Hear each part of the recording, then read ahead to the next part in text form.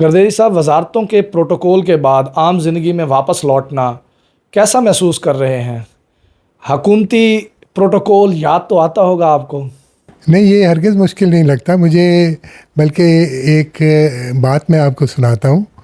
एक बार मुस्तफ़ा खर ने इसी किस्म की बात हुई तो उसने कहा कि हनीफ रामे और मेरे में फ़र्क ये है कि हनीफ रामे अभी भी वज़ीर आला बना हुआ है और मैं अभी आम इंसान हूँ, तो इसलिए हमें इसमें कोई फ़र्क नहीं महसूस होता। प्रोटोकॉल की गाड़ियाँ आगे पीछे वो तो एक वक्ती तौर पे एक वक्त की ज़रूरत होती है, अदरवाइज़ कोई ऐसा इशू नहीं है। मैं वही इंसान हूँ जो उस वक्त भी था और जो अब भी हूँ। मियां साहब, गुज़श्ता इलेक्शन में 18,000 की लीड, इस इलेक्शन में 4,000 की हार, और वो भी एक नौवारिद सियासतदान से। अफसोस तो होता ही होगा मियां साहब। गुज़श्ता इलेक्शन में अवाम ने वोट डाले थे तो 18,000 की मेरी लीड थी।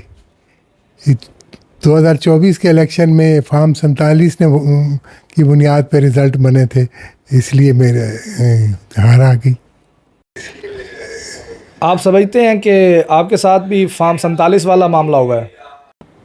देखिए, रात के 2 बजे तक जब रिज़ल्ट आ रहे थे तो मैं लीड कर रहा था और उसके बाद रिज़ल्ट आने बंद हो गए और सुबह 8 बजे फिर पता चला कि मैं हार गया।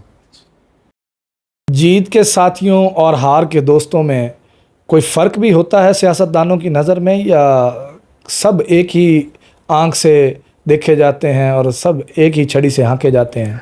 हर सियासतदान के साथ कुछ लोग ऐसे होते हैं जो जीत के बाद अटैच हो जाते हैं, वरना जो साथी होते हैं वो जीत में भी साथ होते हैं, हार में भी साथ होते हैं। ये जो लोग वक्ती तौर पर आपके साथ मिलते हैं, तो क्या आप सियासतदानों की नज़र में भी कोई दर्जाबंदी होती है मुस्तकिल रहने वालों और वक्ती लोगों के साथ, फसली बटेरों के साथ? नहीं, सियासतदान को पता होता है कि कौन उसका दायमी साथी है और कौन उसका वक्ती साथी। लेकिन गर्देरी साहब, नवाजे तो अक्सर वही लोग जाते हैं जो वक्ती तौर पे आते हैं। कुछ लोग ऐसे हो जाते हैं, लेकिन ऐसा बाई एंड लार्ज नहीं होता। कोई एक दो वो लोग जब कभी फ़ायदा उठा लेते हैं तो उसको हाईलाइट बहुत किया जाता है। गर्देरी साहब, एक तलख सवाल है जो आपसे ही किया जा सकता है।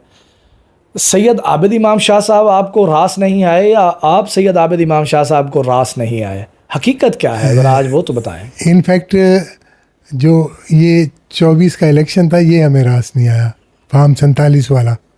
यानी आपको रास हैं आबिद इमाम? ये कोई ऐसा, मैं कोई हिंदू तो हूँ नहीं कि मैं इस तरह के वहम गुमान में पढ़ूँ। तो हम परस्ती।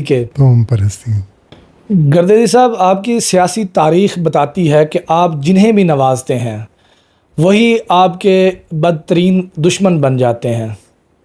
आखिर वजह क्या है? ये आप में कोई ख़ामी है या आपके खाने में नमक कम है?